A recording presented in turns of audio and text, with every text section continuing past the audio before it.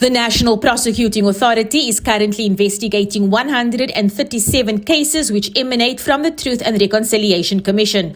It says it understands the sensitivity around these investigations and tries to keep the families of victims updated regularly.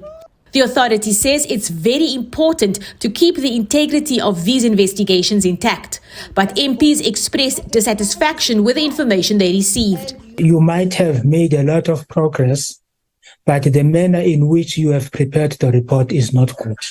I understand that the matters are sensitive and that the NPA has many other matters, and I worry sometimes that they spend so much time reporting or preparing reports that is one of the reasons why they don't, that impacts on their ability to do other work. But these matters are important, Chair, you're quite right. They reflect a very significant period in our past. And the people involved in these matters deserve to be treated with great care and with great dignity. It's like a black life, it doesn't matter. Because the speed and the commitment, how many years now these issues are being dealt with? And I agree with you, Chairperson, and what Honorable Masego Jele is saying, and Honorable Breitenbach, that actually let's have a very comprehensive report. NPA Director Rodney de Kock was affronted by this comment. This is an absolute priority for me at the personal level and for the NPA through all our regions. And any notion that because of the race of the victims in this matter should really be debunked immediately. We are committed to dealing with the TRC cases.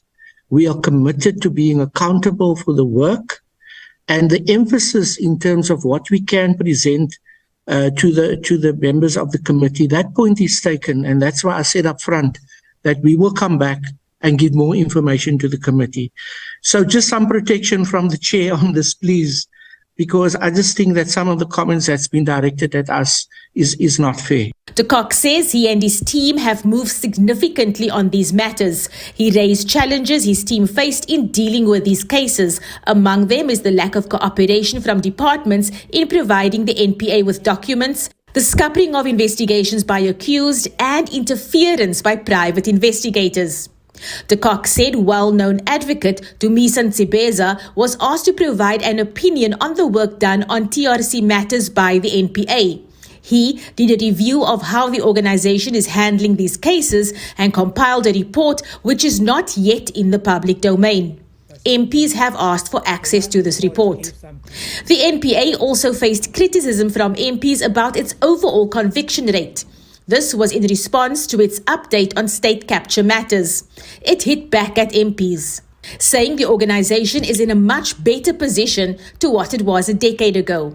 These are highly complex matters of corruption and related crimes that rely predominantly on digital evidence. And all over the world, these cases take many years to finalize. I think the fact that we've brought 34 of them that have been enrolled before courts just through the ID alone, and over 100 through the SCCU, I think that is significant progress. And what we don't want to be in a situation is where the narrative is created that these cases that can be dealt with quickly and swiftly, or that the Zondo Commission provided a blueprint for that to happen, because that creates unrealistic expectations that is dangerous for the rule of law. The organization warned that the perception that the NPA is not targeting state capture matters is dangerous and not true.